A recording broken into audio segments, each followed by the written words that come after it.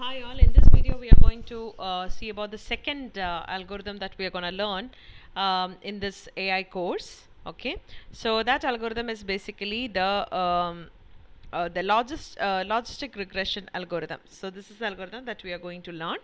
So first algorithm which we have learned is basically the k nearest neighbor, and hope you remember how it is done, right? I'm not going into the nitty-gritties of it. Now let's get through and understand the algorithm, logistic regression. So let me tell you very clearly, logistic regression is a beautiful algorithm. It's used for classification, and it is actually used for the categorical data. Understand? There is two different type of algorithms. One is actually linear regression. So linear regression basically is used for the continuous data, but logistic regression is used for categorical data. So logistic regression will work only for the categorical data, not for the numerical ones. Okay, so that is something which you have to keep in mind first of all itself. So categories in the sense like your feature can be like your target feature can be like 0 or 1, right? So the label or the output or the target feature can be 0 or 1, right? So in such cases we can use it, right? So how does it work? Actually it gives a probability, and based on the statistics and analysis of relationship between the data factors. So we will find out the relationship between the data factors to know what's the probability, right? And it should not be confused with linear regression, which predicts numbers and not categories, right? And logistic regression model basically models the probability of which given input belongs to a particular class, right? So will this student pass the exam? Yes or no? Is this email spam? Yes or no? Will the customer buy this particular product? Yes or no? So such kind of things are basically the examples for the logistic regression. So understand, if your target label is a category, then you can definitely go for this particular algorithm, logistic regression. So you understood how or when we use this logistic regression. Now the types of the logistic regression. So there are different type of logistic regression. So first one, which is just now you have already seen it, which is binary logistic regression, which is pass or fail, true or false, yes or no kind of regressions. Then it can also be multinomial. It is multinomial. Okay, it's not nominal or anything like that. Multinomial logistic regression. It is called as MN logistic regression. So it predicts one or more unordered classes, maybe type of animal. So I want to have a bunch of images of the cat, dog, horse, etc. I want to predict whether it is cat or dog or the horse, right? So it's a similar type, but you have multiple varieties inside it, right? Say maybe the dog itself, I have golden doodle, I have Labrador, I have some other dog, I mean, like so different categories of the dog itself, all this kind of things you can use for multinomial logistic regression. And then comes ordinal. So by the term ordinal itself, you can understand that there is some orders associated with it, right? So it will predict one or three or more ordered classes. So low, medium, high, right? So it's kind of that it is three different classes, but still also it gives you like, okay, high means it is in the highest order, medium means it gives you, okay, it is in the middle, so low means, so there is some order associated with such kind of things, right? So maybe the ranking, the grading, all those stuff, right, has got some ordinal. So in that you can use for the ordinal logistic regression. So logistic regression basically works with the categorical values. It could be either binary, or it could be like multinomial, or it could be ordinal. So any kind of categorical values it will work for. And the main thing which you have to keep in mind is that logistic regression can be adapted based on the type of the target variable being predicted. So how can I select any one of that? That is actually done with the help of the target variable. So based on the target variable, I will actually select one of these, right? So it's all the same. So finally, our main aim is nothing but the decision making itself. So we now know why we go for the logistic regression, what are the types of it. Now we need to understand how it works, right? So it is also kind of a simple algorithm, right? So it has got a particular formula that you have to identify. So the output is always between 0 and 1. That's the main thing which you have to keep in mind, because it works something kind of a probability. It uses some probability. So our output is always between 0. For any probabilistic problem, your output will be between 0 and 1. So that is something which you have to keep in mind. So this is kind of compute a linear combination of inputs. So that means that you have features. So what are your features? These are all your features, right? So x1, x2, etc. up to xn, these are all your features. So these features you will take, right? These features you will take, and you are taking some linear combination. So what do you mean by linear combination? So the set is nothing but the linear combination of all your input features, right? Now tell me, what is B0? B0 is nothing but the bias, or it is also called as the intercept of a function. So say if you have something like, if you're taking the line equation y is equal to ax plus b, right? So what is this b? This b is nothing but the intercept, and ax plus b, that a is nothing but the slope, right? So that is exactly the concept here, but we are actually doing it for multiple values. We don't have only we does not have only that one single feature, but instead we have multiple features, that's all. So this b0 is basically the intercept, or it is called as a bias, and b1 is basically called as a coefficient or the weight. Okay, so this b1 is basically called as the weight for the feature. So when you look at it here, this x values are nothing but what? X values are nothing but the input features, right? So this is how your function is. So z is the linear combination of all the inputs, and linear combination in the sense, like we will call it as bias plus, and you also have a coefficient which is associated with the input weights. Right, now coming back to how do you do that, so here you specifically use a particular function called as logistic function or the sigmoid function. So what is a sigmoid function? So sigmoid function is a probabilistic function. And what kind of a probabilistic function? So the probability is calculated as 1 divided by 1 plus e raised to minus z. So what is a z? This z is nothing but this z we were actually talking about, right? So this is nothing but the value of your this is the probability that we will use for the logistic regression. Okay, so this is the probability that we will use. Okay, so now what you have to do is that yeah, so now coming back here, one second, sorry, coming back yeah, coming back here, the second step is actually applying the sigmoid function.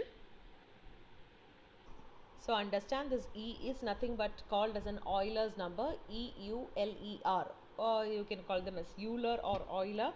Okay, it is called as an Euler's number. That number is kind of a constant. It is called as an Euler's constant, and that constant is 2.718. Okay, so that's a constant number. So this is nothing but the probability that we will use, probability function that we will use for this, and this probability function basically uses this set which comes over here, right? And then what is the next step? Say we got the probability, right? And if our probability is greater than or equal to 0.5, then we will say that the value that we are going to predict is in the class 1, and if the value of the prediction probability is less than, then we will say that it is in the class 0, right? So closer to 1 belongs to class 1, and closer to 0 it belongs to class 0. That's all. So this is how we will actually, this is the simplest algorithm that you could ever see for the logistic regression. So we will find out the linear combination of the inputs, and then we will apply the sigmoid function. Then by getting the value, we will see whether its value is actually greater than 0.5 or less than 0.5. It is greater than 0.5 or closer to 1, it falls into the class 1, and if it is less than 0.5 or if it is closer to 0, we will say that it is falling onto the class 0. So this is all about your function, and this is the sigmoid function. This is the this is how you could see the sigmoid curve. Okay, that's all. So now moving back to the next one. So let's see with an example like how to predict so predicting the exam success. So we are going to predict the exam success, so pass or fail based on the number of the hours studied, right? So we have this number of hours studied, and we have to check whether a particular person has passed or failed, right? So we will start with the random 0 values and calculate. So this is all these things I'm just leaving. Now you are actually given with the model parameter, so normally you don't have to find it, you will actually find it by different type of predictions and everything. So logistic regression model actually decides these values after being trained with the data set. So based on the data set, these values will change, and this process of finding these values are basically called as MLE, or maximum likelihood estimation. So MLE is a method used to find the best values for the model parameters. So understand, our model has parameters. What do you mean by parameters? So these are all the parameters, right? So we need to find out all these parameters. How do we do that? We will do it with the help of maximum likelihood estimation, or MLE. So MLE is the method which is used to find out the best values for the model parameters, and the values must allow the predictions to be as close as possible to the actual outcomes, right? So that's the meaning of it. So don't worry about it. In your question, you are actually given with this particular value, so you don't have to break your head to find it out. So V0 and V1 is actually given with this particular value. So let's see what we need to do. So now,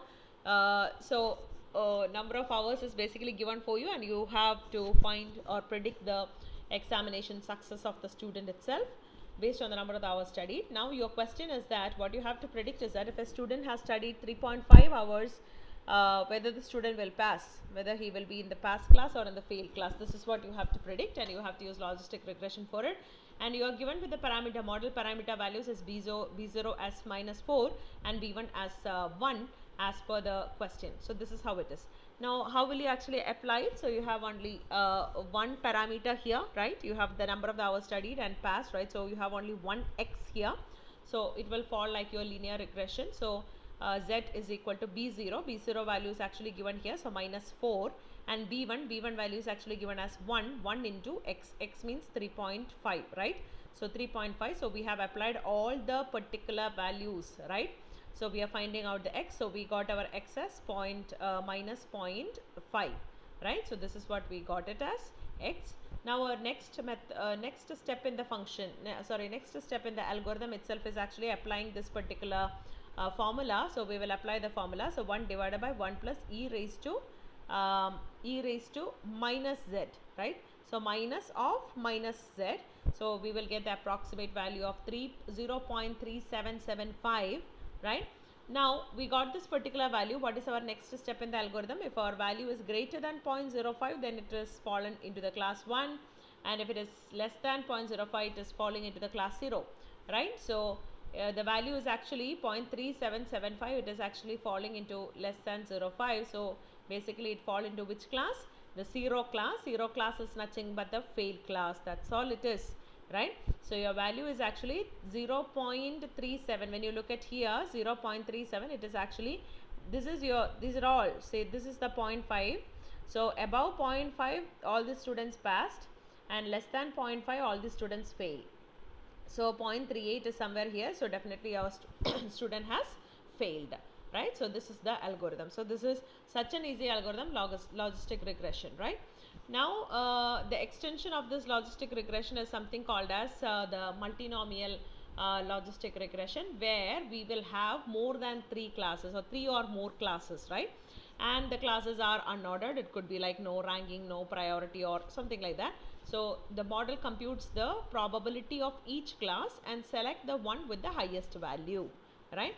So here we uses the function called, so instead of the sigmoid function as we used in the logistic regression, what is only difference here? We will use a softmax function.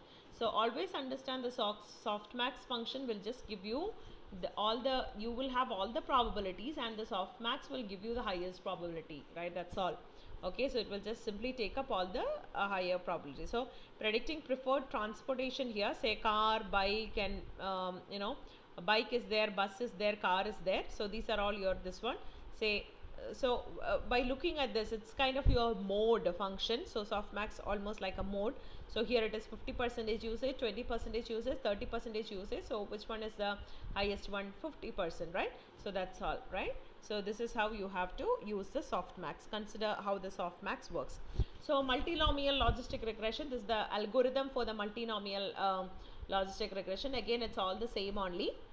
So here if you look at it, the formula is actually per class. That's all. Only difference is that. So you are actually calculating z, right? Here also it is actually b0 plus b1 into x, right? So that's all. But here what we will do is that here the I is nothing but the classes.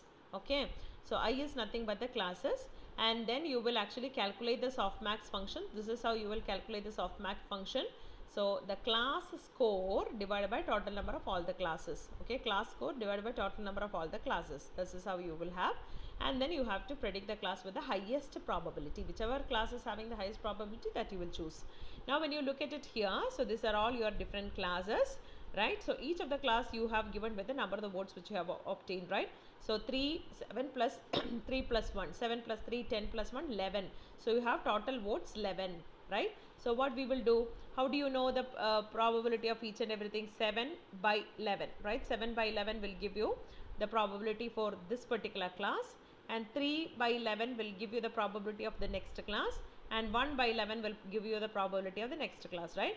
So when you look at the percentages, which of the percentages having the highest percentage? 64 is having the highest percentage. So definitely, you know, the data falls into which class? A class. That's all. This is how we will do it.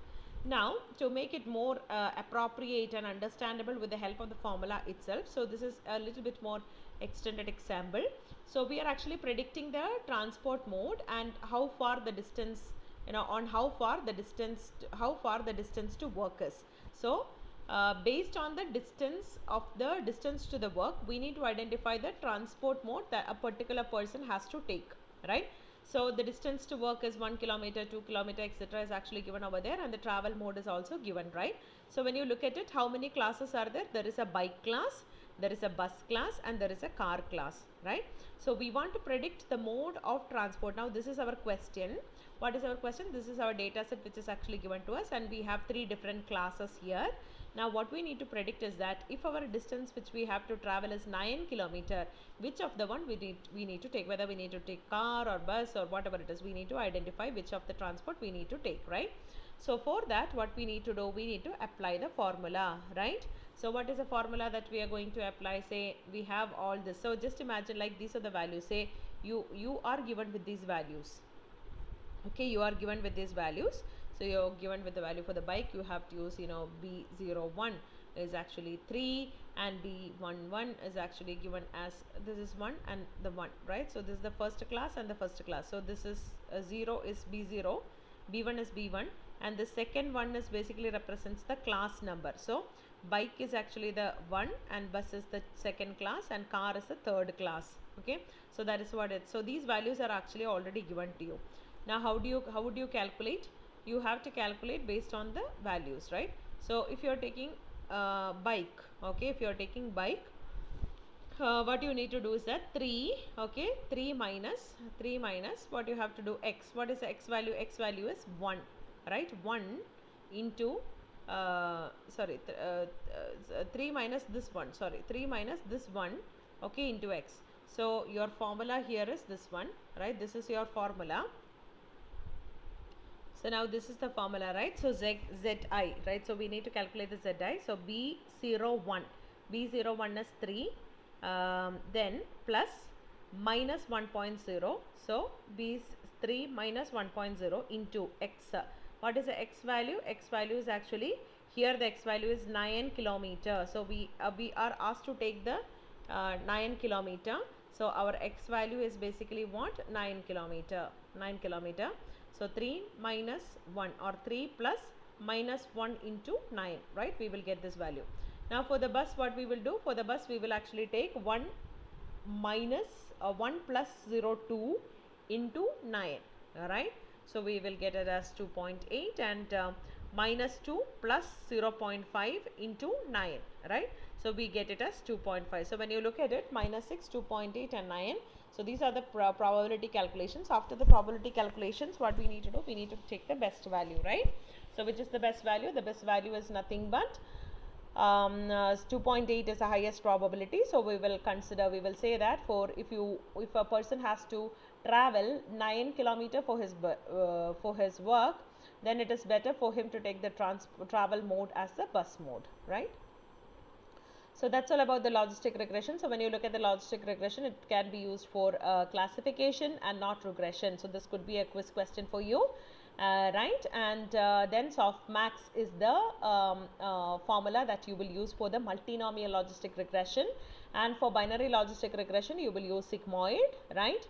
And if your binary itself, it says that for the logistic regression you will have 2 classes, and multinomial you will have 3 or more classes. and the prediction approach is actually one score and one probability. You are actually calculating based on the classes, okay, based on the classes. Why based on the classes? You had three different classes: bike, bus, car. So you will have three different values which are coming over here. So that's why we go for probability, right? So here we will go for the highest probability, here we will go for the threshold. Why threshold? Because here we are simply checking whether it is greater than 0.5 or less than 0.5. Here we need to find out the probabilities and get the maximum probability out from here, right? So that's all we have to actually keep it in mind.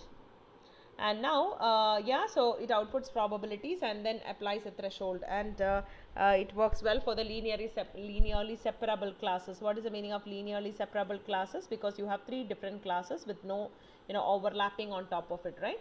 So that's all it is. So that's all about the second algorithm, which is actually logistic regression. And say now what I would do is that I will just finish it off a little bit more details about it, and then we will, this is actually common, so that it will be useful for your other algorithms also. Then we will go to the lab of the logistic regression. So now, how will you understand bias and variance in a supervised learning algorithm? So bias and variance are basically considered as two types of error, okay? So striking the balance is very important. So we have to reduce the bias and we have to reduce the variance. At the same time, we need to come out with an optimal balance between this bias and variance. So it's kind of it's an optimization problem, right? So bias means error due to overly simplistic assumptions in the model, right? So this leads to underfitting, okay? And variance means due to sensitivity to small fluctuations in the training data. So that means you are overfitting, so you have lot of variance, right? So that's the meaning of it. And now when it comes to the model evaluation, so the next one which we are going to learn is model evaluation techniques, okay?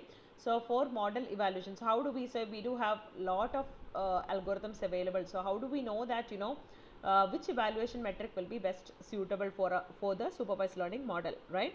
So for that you have train test split. This you have already seen it in one of the earlier classes. So train, test and split. So simple way to generalize the data. And the next one is cross validation, which you have not seen, where you will actually rotate your test data across by dividing your whole data into multiple, and you will go for multiple iterations. And then comes for the evaluation metrics like accuracy, precision, recall, F measure, etc. And you also have a beautiful evaluation metric called confusion metric, which actually shows the correct and incorrect prediction. So other techniques can be used for evaluation depending on the model specification and problem requirements, right? So this is very important. So why this analyzing the model performance, evaluate with the metrics, access generalization, considering the overfitting, underfitting, everything is actually very important, right? Now the first one is actually train, test, split. I think we have already seen that in way too much in the class as well. So if you have a data, right, I have already told you this many times in the class also. Say just imagine like you have a big data set, right? I'm dividing your data set into, like, this is your x, right? This is your x and this is your y. So x contains all the features, right? So just imagine like you have so many data points here. You have so many data points, so many features here, yeah, okay? And in that you are considering a particular you are dividing your data as 20 and 80. You are dividing your data as 80 and 20, right? So this is your training. This 80 is nothing but your training, right? This is your training and this is your testing, okay? So this is your testing, right? This is your testing part. So I will call it as, I will divide my data as, this is my x test, okay? So this is my x test. Hope you will understand that, okay? This is your x test, and I will call this particular part of all my inputs on the training side, I will call them as x train. This is my x train. So what is there in the x train? X train will have all the features, okay? I will have all the features, okay? I will have all the features, but only all the features, all the input features in the training part, and this I will call them as y train, okay? And here I will call them as y test, okay? So this is how it is. And now what I need to do is that what I will do is, so this is my split. This is my split of the data.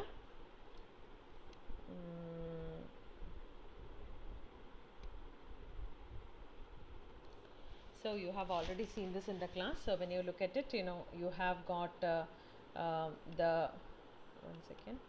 So you have got the complete data set. This is your complete data set. You are dividing your data set into the training 80 and the 20 testing, right? And this is your X, the features, all the features, and this is your Y, which is your target label.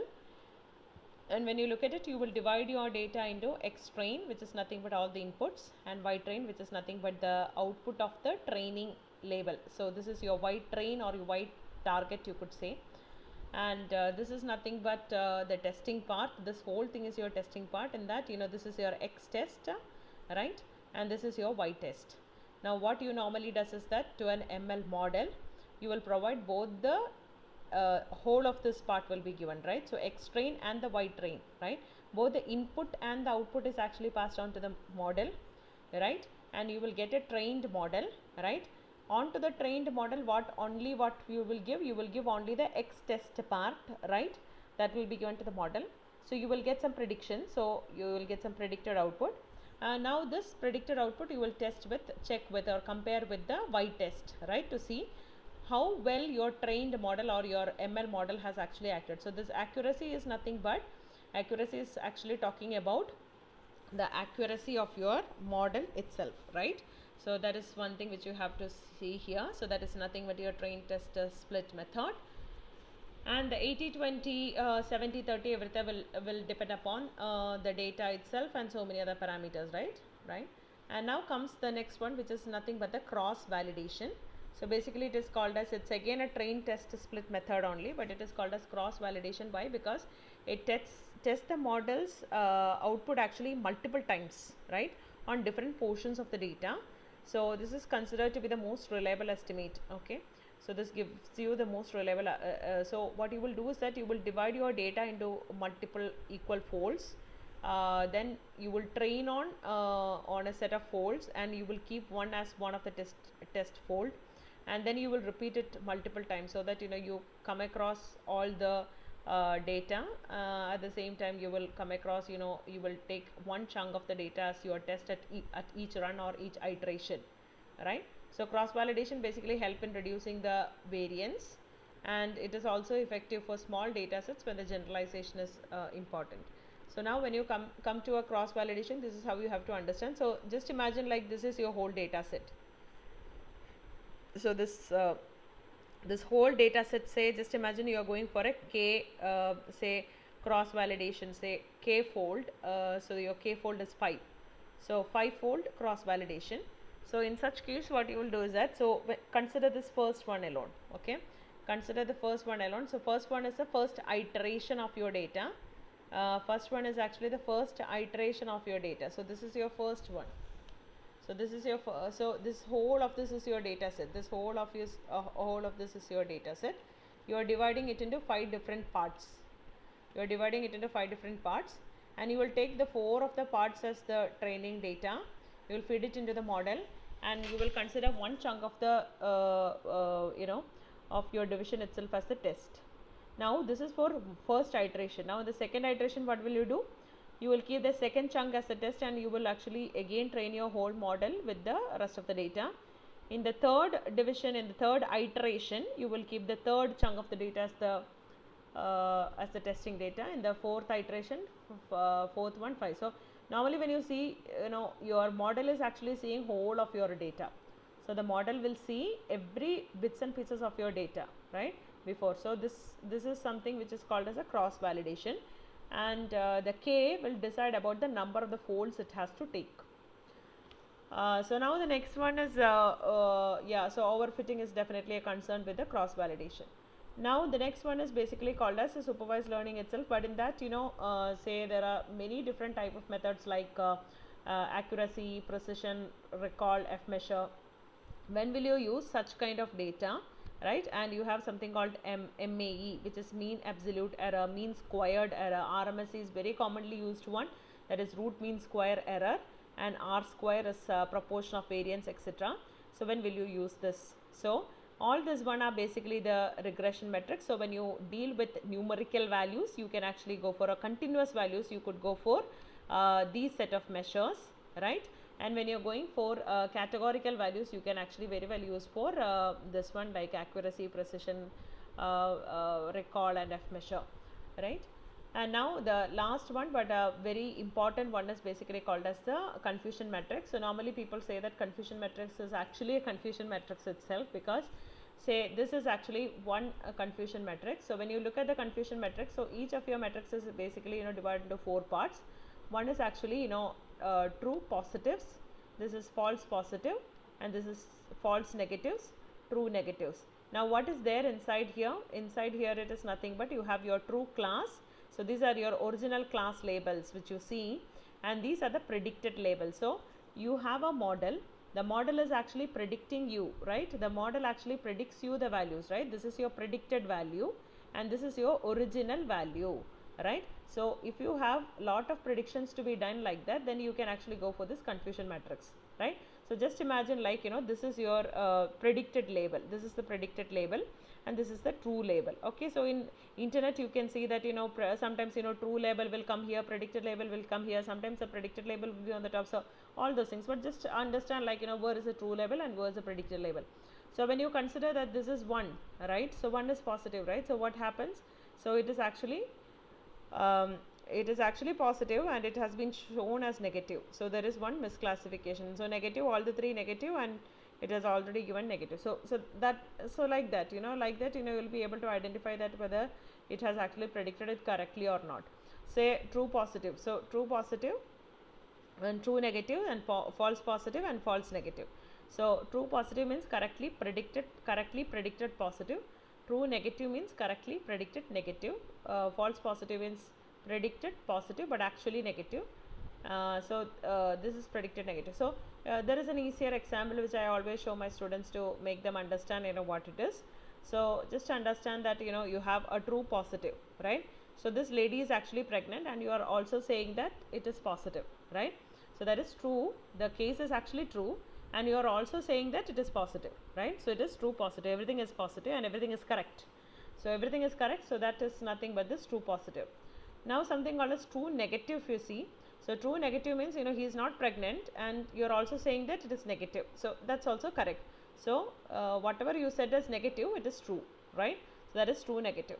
Now there is false positive. Now the doctor is saying that this man is actually pregnant. So your result is actually positive, but that is false. Are you getting me? So your result is actually positive. You are saying that this person is actually saying that this person is pregnant, right? But it is actually false, right? So this is also called as type 1 error. It is also called as type 1 error. So FPs, okay? So FP or the false positives are also called as type 1 error. Now there is something called this false negative. So the lady is already pregnant, but the doctor is actually saying like she is not pregnant. So false negative, right? So you are saying like it is negative and that is false as well, right? So this is basically called as type 2 error. So FP is basically called as a type 1 error and false negative is basically nothing but the type 2 error. So normally we will call that as well. So this is the predicted values and the actual values. So this is nothing but the beauty of the confusion matrix, right? So we try to now that's all about it. So when do we go for actually supervised learning? Supervised learning itself is actually preferred when our labels are mostly accurate and reliable and easier to evaluate, and the data quality is very important because the model is works well when the data is actually good, right? It has got a similar distribution and the data drift is a lot of changes in the data. If it is there, then there is a lot of chance for the failure for your models which you choose, right? So now I will actually take you through one thing. Now what I will do is that I will just take you through this lab, okay? So this lab basically talks about the logistic regression. So here when you look at it, it's talking about the logistic regression. I'm just giving this run on. Okay, logistic regression, and you are importing the logistic regression. So you are importing the logistic regression, and this logistic regression you can actually see it from the sklearn, and in the sklearn you can see this particular function from the linear model module. Okay, so this is the module where you could see this logistic regression function, right? And now you are calling the logistic regression, and you are calling it as log reg. Okay, and you already know what is a fit function. In the fit function you are actually having your x and y, you are actually fitting or applying this log reg over to this x and y, and you have these 2 points to be actually now predicted about. So this is your predict function. So your predict function will basically help you to predict the class labels, right? So you will apply this particular function to predict the class labels, right? And that's all it is. So now the next one is, so when you look at it here, so you will get the first set of values are basically in the class 0, and the second set of values, if you could see, it is actually predicted as in the class 2. So as per the logistic regression, it actually works like when your KNN is actually I think, yeah, when your KNN is 1. So when your KNN is 1, basically it predicted like 0, and you know, this one I think it was 2, right? So it's exactly the same way this logistic regression model is actually predicting, right? And now when you look at it, okay, so this is fine. So this is your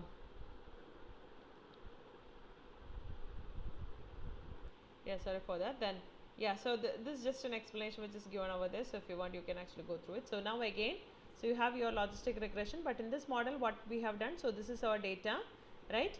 And this is our x and this is our y. We are actually applying some scalar. Okay, so the standard scalar is nothing but it will convert the values into all in the same range. That's all it is. And then you are again applying this logistic regression, and you are actually increasing the number of iterations. So you will get your predicted classes as 0 and 1. That's all. So this is just an example to say that you can also apply the scalar feature, so that you know the representation is all the same for all the different features. That's all. And then the next one is actually the train test split for the iris data. So you already know that, you know, the train test split is in the model selection. Okay, sometimes it is also there in the pre-processing. And then you are loading the iris, and iris.data, and the target is printed, and this is exactly what it is. So train test split, right? So train test split, yes, the train test split is actually in the model selection module, not in the pre-processing. Okay, it's in the model selection module. And now when you look at it, you know, you are actually having this train test split, and you are splitting your test size given as 0.3. So as you already know that the test size is basically 30%. So 70-30 split, you are going for a 70-30 split, and you are also passing your x and y. Now what all are your results? These results are nothing but the x train, x test, y train, y test. This is exactly what I told you here in this particular example.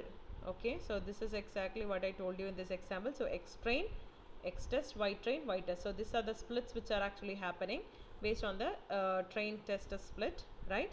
So here if you could see, this is your complete size of your x. So 150, and you have 4 columns, right? Now what is this x train size? It is nothing but you are dividing your data into 105 and 45. 105 and 45, right? So 105 along with the 4 parameters. And for your test also you have this test data. So when you look at it here, so you have your data, 105 instances are there, and all the 4 columns. Here it is 45 and all the 4 columns. So that is exactly what is actually given over here. And then when you look at the y train, it is only one column only, right? There is only one column, there is only one target column, right? You don't have much to actually discuss about. There is only one target column. So here if you could see 105, that's all, and next one will be 45. So this is nothing but the shape of you know, all these particular values in the here, right? And now coming over to the next one, which is actually, you know, you're training the logistic regression. So you have your logistic regression, and you are training x train and y train. So what are you doing? You are actually, you know, passing both the x train and y train. So you have to first pass x train and y train over to the logistic regression model, right? So that's exactly what you're actually doing here, right? So you're fitting, you're applying the logistic regression function with the both x train and y train. Now what do you want to do? You want to actually predict, right? So while predicting, what are you doing? While predicting, this is your trained model. Into the trained model you are passing only x test, right? That is exactly what is actually given here, right? So while predicting, you are actually passing which one? X test. So you are using this LG logistic regression dot predict and X test, and whatever predictions which you get here, these predictions are nothing but the predictions which you get over here. These are all your predicted models. So now you have these predictions and you have this Y test which has already got the values, and you can compare and check the accuracy of your model, right? So how would you check the accuracy, right? So this is exactly what it is. So when you look at it, say for logistic regression, you will consider the accuracy. You will consider the accuracy by checking what? By checking both the Y test and the Y predictor. So when you look at it, this is your Y predict, okay, this is your Y test, right? These two will be compared to check the accuracy of your logistic regression, right? Now in your KNN, if you want to, you will apply both of them are actually passed, and you are actually predicting, and then you can actually predict it, right? So this is actually they are doing it for all the three. So if you are looking for all the three, it is one is 0.9795, 0.9777, right? These are all the values which you get. Now generating classification report. So classification report is actually for the confusion matrix. Okay, so understand classification report is mainly for the confusion matrix, right? So this classification report basically comes under this module sklearn.metrics module, okay? And in the classification report, what all things you need to print? You need to print both the Y pred and the Y test, right? So for the Y prediction and for the Y testing, you can actually print what? The precision and the recall, and if you want, you can also print the F1 measure, right? So this is nothing but, this first part is nothing but your confusion matrix. So when you look at it in an easier way, so you can also call them, the next one is actually the confusion matrix. So you can actually call it from that, confusion matrix of Y6. So this is how your matrix will look like, okay? This is how a simple matrix will look like. And now if you want to use the cross validation, so cross val underscore score, okay? So this is the function which you have to use, and this is again in the model selection. And here, as it is a particular cross validation, you have to give the number of the neighbors. So number of the neighbors is actually given as 5, right? So when you look at it, this is your KNN3, right? So in the cross validation function, what all things you are giving? You are giving the KNN function, then you have to give the X and the Y, and you have to also mention the number of the folds, and what is that you are trying to calculate? You are calculating the accuracy, right? So when you look at it, you will get this as this accuracy, okay? When you look at that, right? So this is the accuracy that you get. And now calculating the mean of all the predictions of 10-fold. So now it is 10-fold. What you have to do is that you are fixing your this thing. So you are actually giving KNN and X and Y and ZV is equal to 10 accuracy. You have to simply print the scores underscore scores dot mean. So that means that for this particular model, what is accuracy, that is actually getting printed here. Now if you want, like say from 1 to 50, you need to do it manually inside the inside. Then what you have to do is that K scores are actually given here, right? And then so K score is nothing but you could see that it is just the it is just an empty one, and for K is equal to 0 in I to 150. So this is your range.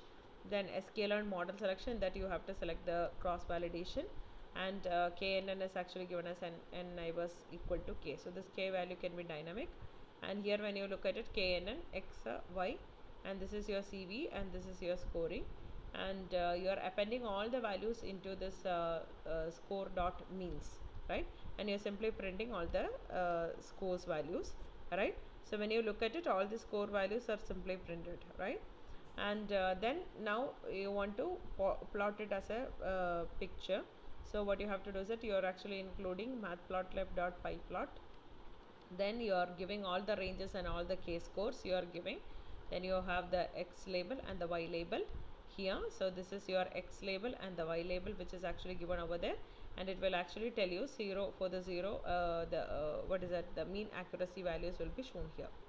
So this is nothing but a simple what is that justification for your I mean like simple algorithm which actually talks about, or justification for the concepts that we have actually learned, okay?